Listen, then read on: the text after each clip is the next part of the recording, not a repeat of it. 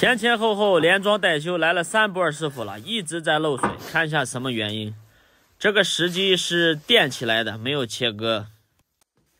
电钻响，黄金万两。大家好，我是安助工小米，过来帮客户处理一个预防漏水的问题。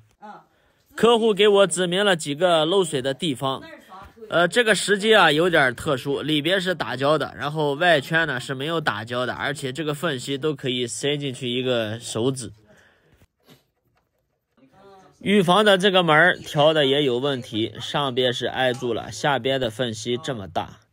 第一个来的是男的，第一个来男的啊，那个第二个来的，第二个来的就打胶，还留。第三个来继续来，第三个来了还打胶，打完胶这3我们整不了，这了，就这了。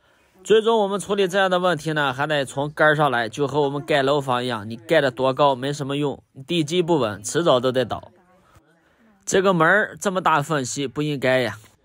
本来我也是考虑来打胶的，业主这么一说，都走了3个师傅了，都是打胶，那我不能这么打了，我只能给他拆了，重新装了。这一套预防要拆下来也不简单呀，毕竟打了好多的胶。这个框架就不打算给它拆散了，就这样吧。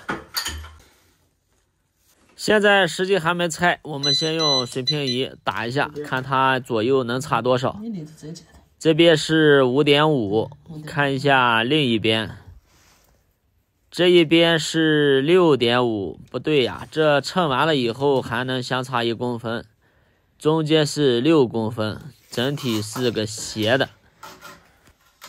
3个师傅打的胶都堆到一起了，看看有多少胶。哎呀，拆的我老费劲了。看一下里圈打的玻璃胶，这是之前第一个师傅用的垫片，用的是 PPR 管，垫起来这么厚，大概1公分半了吧。用这种 PPR 管垫，一般我把它用在浴室柜的那个柜腿，一般卫生间有坡度，哪边低我就用这个东西垫。看一下这玻璃胶，这玻璃胶可真没少打。但是就这样还是封不住水，照样还在漏。现在重新凿平，把这个时机呢重新切割打磨。现在新房子装修好多时机都是提前预埋了，瓦工师傅会凿平的。比如像这种后期安装的，因为卫生间有出水的坡度，所以整个地不是平的，这个时机必须要切割。这是我们切割后的效果，和地面几乎已经贴合了。现在我们重新安装框架，这个孔的话肯定是向下移了，现在必须要重新打孔。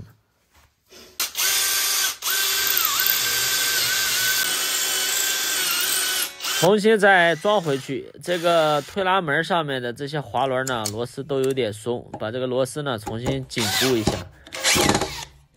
如果我们自己家的浴房也有这种滑轮比较松的情况下，自己备一把螺丝刀，把这个螺丝紧固一下，防止脱落造成安全隐患。重新安装好以后，我们也要重新再打一次玻璃胶。给大家分享一个割玻璃胶的方法，大家可以试一试。时机切割了以后，我们打玻璃胶其实比较省胶的，而且这样打完还不容易漏水。之前安装的限位模块感觉还有点问题，我给大家看一看。推拉门在开的时候，这个把手会跟这块固定玻璃的边框挨得很近，这样我们很容易夹手，尤其是家里的小孩子。主要原因呢，就是在这里这个限位模块，我们要把这个模块重新调整一下。当我们开的时候，这个把手和边框大概留个3公分左右，2指宽左右，这样我们在开的时候呢就不会夹手了。然后把它重新拧紧，这些其实都是安装中的一些小细节。所谓细节决定成败，可能说的就是这个意思吧。门中间的2根磁条呢，一定要上下调成平行的，这样在关的时候吸的会比较紧。一切处理好以后，告知客户2天后再使用。本期视频就分享到这里了，记得点赞加关注，拜拜。